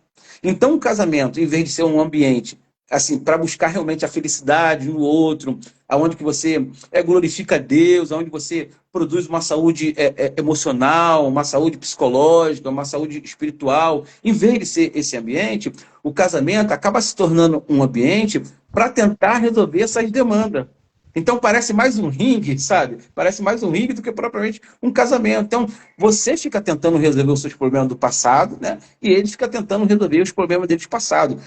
As decepções, as frustrações, né? Você, como eu, você falou, que eu também fui, filhos do divórcio. Então, quantas coisas nós trouxemos para o nosso casamento como uma disfuncionalidade, Se não fosse Cristo, se não fosse terapia, se não fosse uma autoanálise, nós talvez não colocaríamos o trem novamente no trilho, né? E talvez poderíamos viver uma infelicidade antes dessa percepção. Então, pagam conta, pagam boleto dentro do casamento. Então, soma todos esses fatores, aí você tem realmente a proliferação de um número de divórcio muito grande. E às vezes, André, assim, o divórcio é por coisa banal, nem traição houve, gênio de compatibilidade. E por não conhecer o seu papel, por não saber o que é realmente um casamento, né? Então, e talvez pela falta de entrega, né? Ou por falta de conhecer os mecanismos, as instrumentalidades para a solução do casamento. Então, o divórcio acaba sendo, assim, o remédio mais rápido para a pessoa tomar. A gente tem percebido aí uma crescente na sociedade, não é mesmo, Karina? De pessoas muito inflexíveis, né? Não tem essa tolerância, não tem essa flexibilidade. E aí, por coisas banais, né? E a gente está falando de coisas banais, tem motivos de divórcio, né? Porém, se você aí, como eu, tem o hábito de passear nas redes sociais de vez em quando, você vai ver alguns relatos aí de pessoas que têm ido encontrar algumas e no encontro é um fiasco. Aí elas até colocam assim embaixo assim, ó.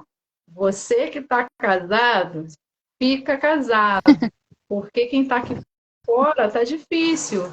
Aí também falam que quem casou não casa mais, quem não casou não casa. Quem casou, casou. Quem não casou, não casa mais. E assim, sem contar que a maioria dos nossos jovens, Karina, também já tem crescido também sem essa perspectiva de casamento, sem vontade de casar. É verdade. E esses casos assim banais são coisas que são bem perceptíveis no namoro. Tipo, o modo que a pessoa fala, o modo que ela o temperamento da pessoa, né? O jeito, os pensamentos sobre a vida, perspectivas para o futuro. Então você começa a analisar isso desde já. Porque senão chegar lá, tipo, se você tem um sonho e a pessoa tem outro, que não soma os dois sonhos, vai ser meio complicado. Aí você vai decidir, você vai querer arriscar isso? Ah, tá bom, eu abro mão do meu sonho e vou seguir. Beleza, se você está disposto, se é isso mesmo, mas se não, vai ter problema lá na frente, né? Se você não gosta de certo tipo de comportamento, que às vezes são manias que vêm da criação, né? O temperamento também colabora muito. Se você não gosta, então não mergulha, né, nesse relacionamento, não continua esse namoro. Então tem que ver essas coisas que dá pra ver, são bem claras no namoro, é muito importante. Tem coisas, de fato, que você às vezes não percebe, que você vai conhecer com os anos na pessoa, né? Mas tem coisas que ficam bem claras. Mas, Karina, Verdade. eu até ri agora, sabe por causa do que eu ri? Porque tem coisas que a gente só tem esse pensamento depois de uma certa maturidade, uma certa experiência de vida. Porque a maioria de nós, gente, casamos no escuro. Primeiro porque é verdade. Chama paixão. E a paixão, gente, ela é ceguinha. Ela desestrutura o cérebro de uma pessoa. A pessoa fica sem essa capacidade de luta e fuga. Literalmente. Então ela não tem sinal. Ela até acha que quando o outro casar vai melhorar, vai mudar. Não, vou ficar assim mesmo. E vai deixando coisas passarem que lá na frente se torna insustentável. Então, assim, a maioria de nós, eu falo a nossa geração, né, geração do 30 a mais, casou dando um tiro no escuro. E aí a paixão diminui, né? Hoje em dia tem a questão da inflexibilidade. Já entra para o casamento com reservas. Já entra pensando na possibilidade de, se não der errado, eu vou me levantar daqui, vou refazer minha vida. Né? Já entra nessa questão também. E acredito também, eu vou arriscar aqui, tem muitos anos que eu estou fora da prateleira, mas eu vou arriscar algo aqui, tá? Eu acredito que as paixões de hoje, professor, não tem mais a duração de 2 anos, não. Não. Geralmente, assim, a paixão, ela tem início, meio e fim, né? Então, assim, a gente estuda um pouquinho de neurociência, ela vai dizer justamente sobre isso, que, assim, a paixão, ela produz dopamina. E nós estamos numa geração de dopamina, né? Em busca de dopamina. Só que ela tem início, meio e fim. Ela tem prazo de validade. Então, há alguns dados, né, científicos que diz aí por volta de... Faz até uma diferenciação, eu não me lembro exatamente, mas parece que do menino acaba mais rápido. Eu não me lembro, talvez eu possa dar aqui um dado e esteja errado, né? Acho que no menino é 6 meses e na menina acho que é 9 meses, um ano, mais ou menos assim. Então, segundo esse artigo, a paixão no menino acaba mais rápido e no menino... Não, no menino acaba mais rápido e na menina demora um pouco mais, né? Então, por isso que, às vezes, assim, na questão do casamento, porque quando você casa apaixonado.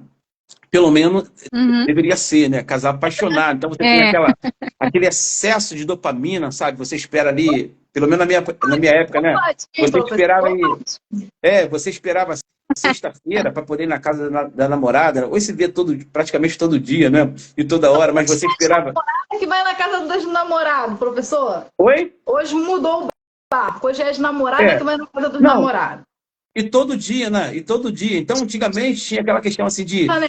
sexta e sábado, né? Sexta, sábado e domingo, e olha lá. Então você ficava naquela ânsia durante a semana, né? Aí chegava sexta-feira, você se arrumava, passava aquele perfume, aí quando chegava lá, todo arrumadinho, beijava, abraçava, era aquela dopamina, aquela coisa toda lá tal. Mas hoje você não, além de você não ver mais isso, né? Quando chega no casamento, a tendência é esses níveis dopaminérgicos eles reduzirem. A tendência é reduzir, Uhum. porque você não pode ficar com dopamina, com esse excesso o tempo todo, porque a paixão tem prazo de validade. Então, Uhum. vai transformar, né? Então você vai produzir um outro hormônio chamado de ocitocina, que é o hormônio mais calmo, do pertencimento, sabe? Aí realmente a tendência é virar algo assim mais como se fosse uma amizade. É por isso que eu falei agora a respeito dos anseios amorosos e dos anseios sexuais, porque você tem que lutar para fazer com que esses anseios amorosos e sexuais, eles permanecem, né? Então, às vezes, você confunde, por exemplo, você está num relacionamento, por exemplo, eu sou casado há 28 anos, então a minha esposa ainda me produz dopamina, e eu acredito que eu ainda produzo dopamina nela, né? Por quê? Porque nós temos aí um mecanismo, né, onde a gente, graças a Deus, tem trabalhado para que isso perpetue, né? Para que isso continue. Mas a tendência é você confundir uma paixão, um amor pelo outro em detrimento do seu casamento. Porque no casamento, você imagine, você não tem mais dopamina. Você olha para sua esposa assim, nossa, a mesma pessoa, 30 anos. Você não sabe, você não solta mais aqueles fogos. Aí, de repente, você conhece um camarada, que esse camarada faz, sabe, ele estremece o seu corpo de tal maneira, faz o seu coração. No estômago. Aí, isso é o quê? Dopamina. Então a pessoa confunde algo carnal, algo químico, Luiz Lange vai dizer sobre isso, né? Algo químico com algo mais sólido. Então, acaba havendo uma troca. Não, eu quero sentir isso. Por quê? Porque com a minha esposa, eu não sinto mais isso. Eu quero sentir isso. Então, realmente, ó, aí sequestra o nosso córtex pré-frontal, que é o planejamento, razão aqui, sequestra e o camarada acaba saindo. Só que tem uma coisa, Andrés Ângelo. Eu disse que a dopamina e a paixão, ela tem início, meio e fim. Aí depois de 3 meses está ele querendo voltar para casa, porque agora ele não está mais apaixonado. Ou ela também, né? Volta geralmente assim, né, professor? Quebrado, endividado, envergonhado. Aí ele vai falar assim, não, eu agora descobri que realmente você é a mulher da minha vida, eu amo você. Isso quando não volta com uma doença, né? Isso quando não volta com um filho. Tem muitas coisas sérias acontecendo. A gente ri, a gente brinca para descontrair, mas na verdade, na íntegra, a gente sabe que é doloroso demais. Verdade. Agora, Karina, considerações finais. É possível recomeçar? Deixe dicas do que pode ser feito. É possível sim, com certeza. Claro que não tem assim, não existe uma receita de bolo, nem um roteiro pronto para esse assunto, né? Ainda mais porque cada um tem sua história. Então, cada um tem uma dor, cada um sente de um jeito diferente do outro, tá? Então, é importante recomeçar primeiro por você e dentro de você, né? Primeiro, você tem que começar por aí. Você tem que vasculhar, você tem que se olhar, você tem que avaliar os pensamentos que estão aparecendo depois disso, as suas atitudes, as decisões que vão ser tomadas depois, né? De que tudo aconteceu, que já foi. Você tem que analisar isso tudo. E, e não deixar as opiniões de pessoas, que a maioria das vezes assim, são assim, né?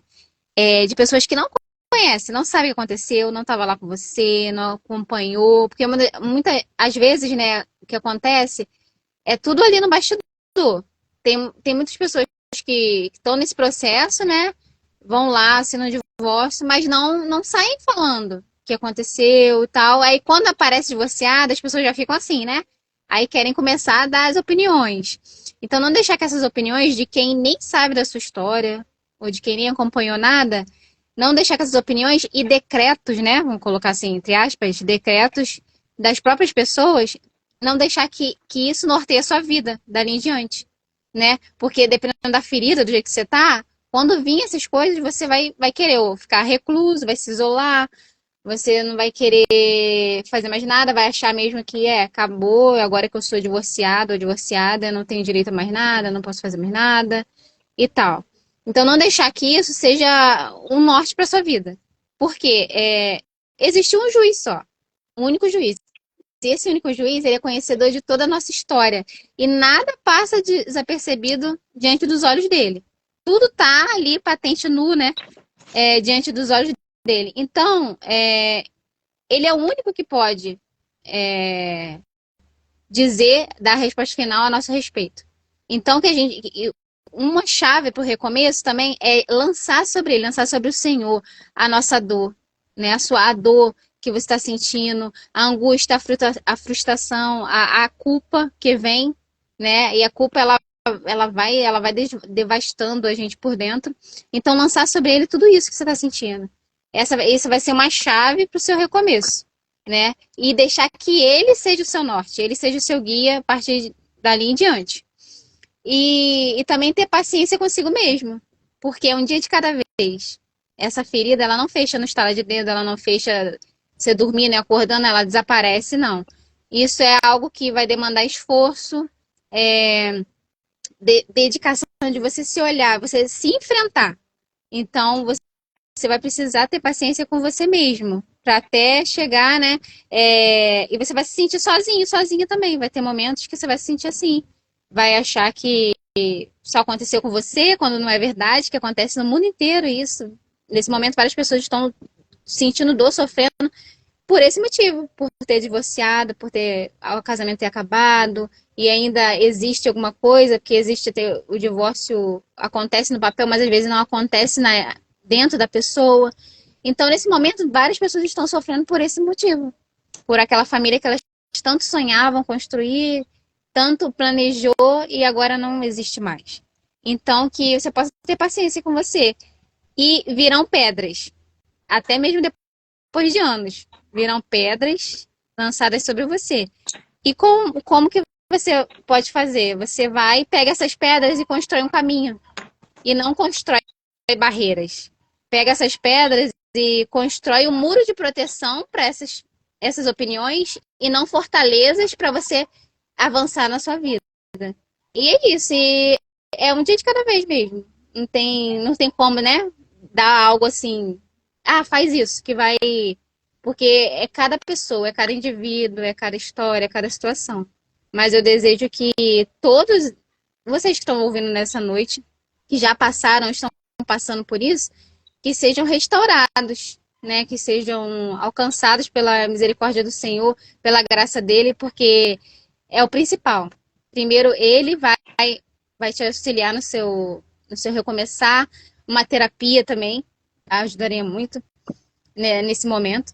E confiar nele, confiar que existe vida, sim, após o divórcio. Não acabou. Você falou aí de sonhos desfeitos, né, de uma família Uhum. desconstruída, e a gente precisa também dizer que quando se fala de família, família não é só quando tem filhos. Casou, já tem uma família ali. Não tem Isso. marido, filho. Então é uma família desfeita, é um sonho desfeito, é uma construção que ainda tinha muitos planejamentos, que o casamento ele não vem pronto e ele não fica totalmente construído, né, professor? Verdade. Vida construindo esse edifício aí, essa construção. Karina, E Andresângela, não, e para as pessoas assim também que estão de fora e olham, né? Até mesmo pessoas que conseguiram, tiveram quase ali na beira de um divórcio, mas conseguiram restaurar, graças a Deus. Isso é, nossa, eu acho isso o máximo, assim, eu olho e acho lindo, que deveria ser assim, né? Mas não, aí eu falo pra você, não é, aconteceu com você, mas às vezes não acontecia com outra pessoa, né? Infelizmente, a história dela é diferente da sua. Então, assim, vocês que restauraram o casamento, que nem chegaram ao ponto de divórcio, têm seus casamentos, graças a Deus, bem estabelecidos, tenham mais, sejam mais acolhedores com essas pessoas, né? Sejam mais, assim, pacientes, sejam mais, assim, atenciosos nesse ponto. Você não precisa dar a sua opinião, você precisa, às vezes, só ouvir o que essa pessoa tem, né? Às vezes ela não tem ninguém para ser ouvida. E, e não adianta falar várias coisas quando já aconteceu. Porque, assim, eu ouvi uma frase esses dias que, assim, quando a pessoa está se afogando, quem vai salvar ela não vai lá ensinar ela a nadar. Ela vai lá salvar aquela pessoa. Então, muitos, quando passaram tão divórcio, chegam as pessoas que querem dar conselhos de coisas que já foram. Então, não é isso, a gente não precisa, não é isso que é preciso. É preciso acolhimento. É verdade mesmo. É muito palpite, né, Karina? Muito palpite, pouca medida, pouca compaixão, né? Pouca resolução. Isso. De palpiteiro, a gente tá legal. Professor Cosme, considerações finais. O que pode ser feito na tentativa de restaurar o casamento? Então, Andrezana, assim, partindo desse princípio aí, que o casamento está com alguma disfuncionalidade, talvez esteja à beira de um divórcio, né? Devido a vários fatores, vários motivos, acho que primeiro seria estar disposto a melhorar o casamento, né? Então, se um dos dois não desejar, não quiser, vai ficar muito difícil a restauração desse casamento. Então, o primeiro passo é tanto o esposo como a esposa querer e desejar restaurar o casamento. Então, você vai ter um caminho aí assim, muito mais fácil, né?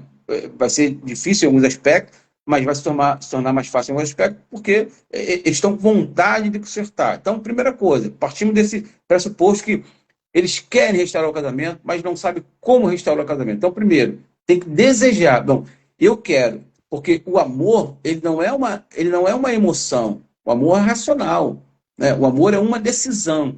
Você tem que decidir amar. E nós temos uma influência do romantismo muito grande, né? Do movimento do romantismo muito grande, com essa ideia de amor. Então, amor é decisão. Está na esfera do mandamento. Amai-vos, amai-vos uns aos outros. Então, é uma expressão que está realmente no imperativo. Então, se está no imperativo, você tem a capacidade de decidir ou não se você quer amar, né? É claro que vem através do esforço. Então, a primeira coisa é querer restaurar o casamento. Segunda coisa é tentar diagnosticar para ver aonde está o problema do casamento.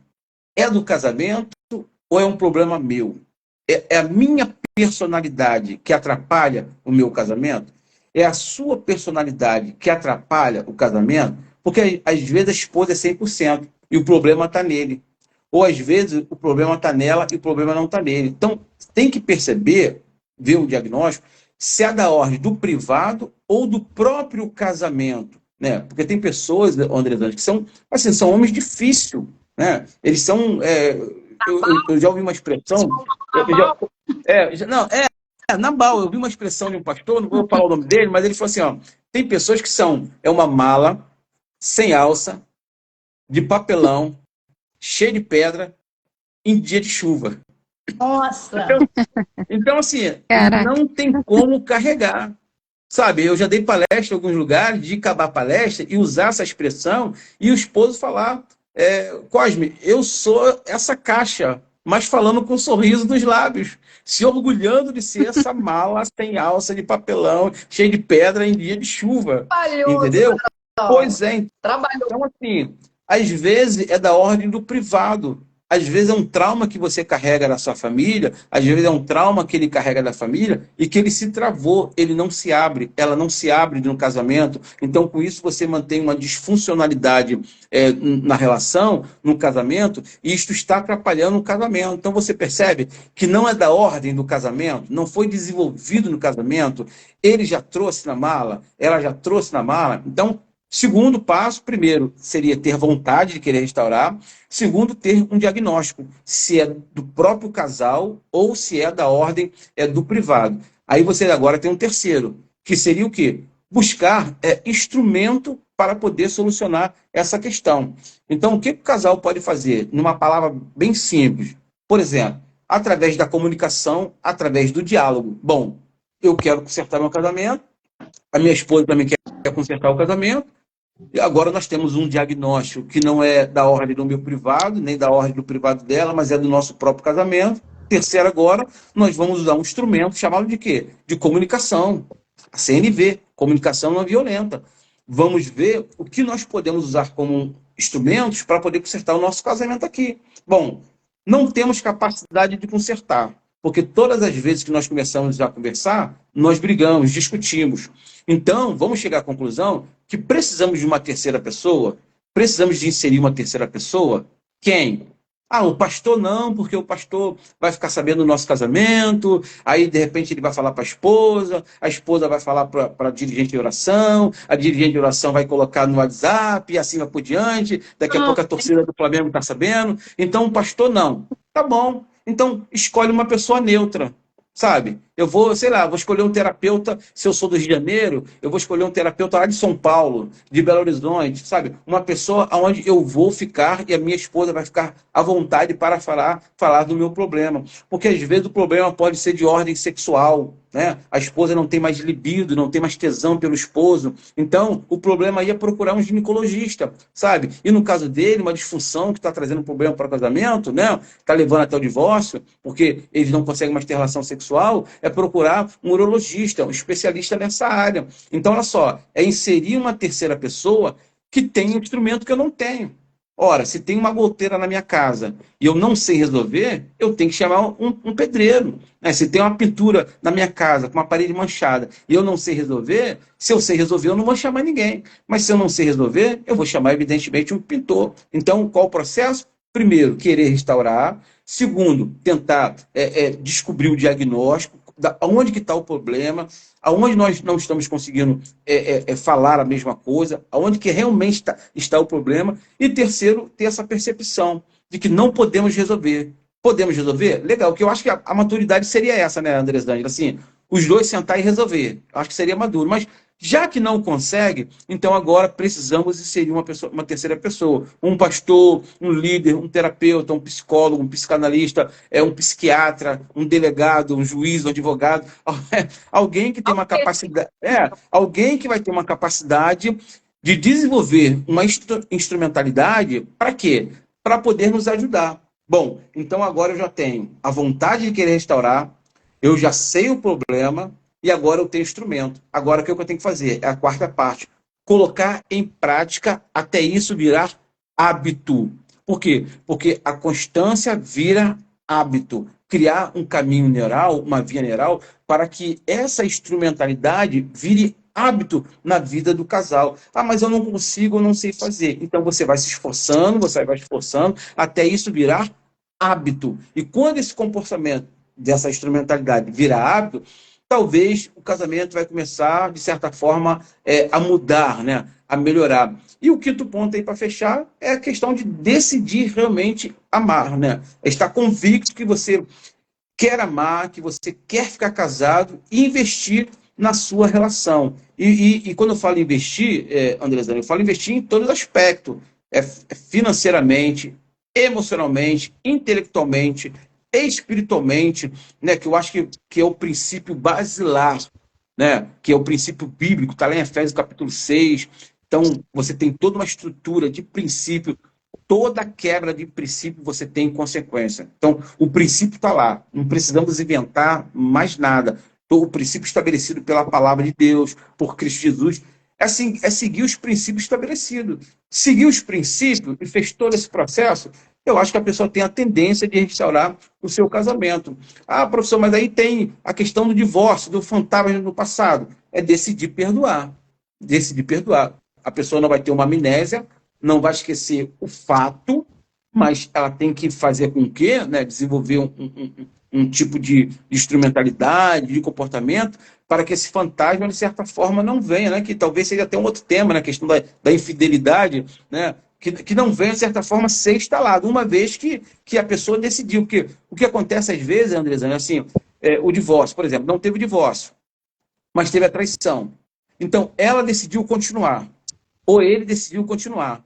Mas aí a amante ou o amante ainda está instalado no casamento. Bom, se decidiu continuar, então tem que se esforçar agora para tentar mudar essa situação. Eu não estou dizendo que é fácil esquecer e deixar de lado uma traição, mas olha só, diante de uma traição, né, no casamento, você tem a oportunidade de você se divorciar, de você se separar ou de você continuar.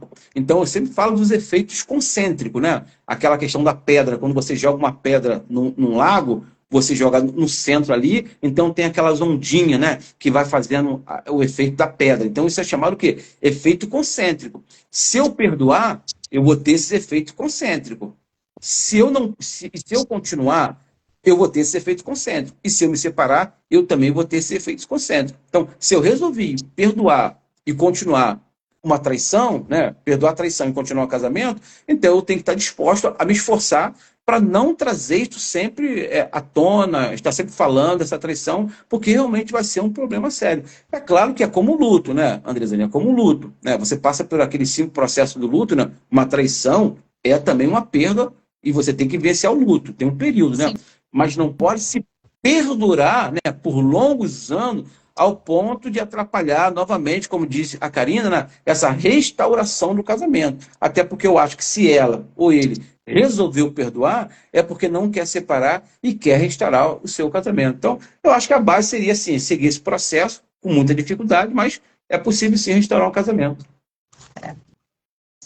Se decidiu ficar, que fique de forma saudável, né? Saudável para os dois. Sim. Agora, eu gostaria que vocês, cada um, deixasse as redes sociais de vocês. A Karina, além de formanda em psicanalista, ela também é artista. A Karina é artista. Faz quadro, faz bolsa, faz muitas coisas legais. Se ela ficar à vontade e quiser compartilhar aí a rede social dela, seja particular ou as duas redes, o telefone, né, para a gente poder estar entrando em contato. O professor Cosme também, igualmente. O professor é professor, faz palestra, ele vai dar a deixa dele aí. Mas para o professor, eu gostaria de fazer uma pergunta em particular. O senhor faz supervisão de terapeutas de casais? Tem a supervisão da leva o caso para um psicanalista, para eles nos auxiliar nesse caso. E para quem já é terapeuta de casal, o senhor também supervisiona esse terapeuta? Sim, sim. Eu atendo uma psicóloga, eu atendo terapeuta, psicanalista, faço a supervisão também, entendeu? O que vier a gente tá fazendo, né? Sim. Bom, Karina, deixa a sua rede social aí do jeito que você quiser. Então, é koliveira.artes. Aí do ateliê é o mesmo arroba, só que tá escrito Karina Oliveira Ateliê. Karina, aí é facinho de achar. o que você faz no seu ateliê? Fala pra gente. Eu trabalho com modelagem, né, de vestuário, né, roupa feminina, roupa masculina, infantil, por encomenda. Submedida também, para quem quer fazer a roupa submedida. Trabalho também com desenho, né, desenho de moda, com pintura, né, de quadros. E trabalho com costura criativa. Muito bom. O trabalho dela E dou aula também. Olha, E dou aula de costura e modelagem. Muito bom. Professor Cosme, pode ficar à vontade. Então, quem quiser atendimento, né, eu no momento atendo online, faço também supervisão, analista também de data. Quem desejar, né, pode me encontrar lá no @psicanalista Cosme Ribeiro. pode clicar no link que vai direto para a minha página no WhatsApp lá, né, um telefone certinho, quem estará aí à disposição de uma orientação, no conselho, no atendimento. Também dou palestra, workshop, sobre qualquer assunto, né? Não que a gente sabe tudo, né? Mas a gente se debruça aí em pesquisas, em livros, né? Principalmente nessa questão do psiquismo, em relação palestra para família, para casais, para jovem, para adolescente, falando a respeito da família, falando a respeito da sexualidade, assuntos teológicos também, que é o meu carro-chefe, né? Assunto teológico também, né? Então, assim, qualquer convite nós estamos aí atendendo. Perfeito. Eu quero agradecer a participação dos dois, né? Eu resumo aqui, eu também sou psicanalista, sou terapeuta, atendo presencial no Espaço Terapêutico Bem Viver, também online, faço também palestras, estamos aí em construção constante aí para a vida toda, né, professor? Verdade. Caminhando até seja perfeito. Que nós possamos buscar para a nossa vida, eu deixo de orientação, uma flexibilidade maior para lidar com as questões do cotidiano em todas as áreas. E aí não é só casamento, é maternidade, é trabalho, é estudo, é amizade, é pastoreio, é ovelha. Todos os âmbitos a gente precisa ter uma flexibilidade maior, porque nós estamos nos divorciando o tempo todo, não só no casamento, mas de muitos relacionamentos. E o Senhor não fez ninguém para ficar sozinho. Nós precisamos relacionar. Falo de relacionamento, não é só relacionamento amoroso. Eu quero agradecer a participação dos dois. Infelizmente, a nossa querida Yolanda não conseguiu participar. Vou ver se eu consigo fazer um convite para ela para uma próxima live. Deixo aqui também aberto, quando precisar de novo, vou estar chamando os dois de novo aí, para a gente poder estar aqui em outras lives também, porque isso daqui é crescimento, levar esse conhecimento para a população, porque às vezes a gente acha que o conhecimento que a gente tem, o outro também tem. Mas não, esse outro não tem esse conhecimento, o conhecimento do outro a gente também não tem. Então há uma troca aí de conhecimento, e eu só tenho a agradecer os dois, e também a Yolanda por ter se disposto, ter se proposto, ela só não conseguiu entrar. Tá bom? Gratidão. Amém. Agradeço também pela oportunidade. Amém, gente. Muito obrigada. Um abraço aí para vocês. Tchau. Tchau. Abraço. Tchau.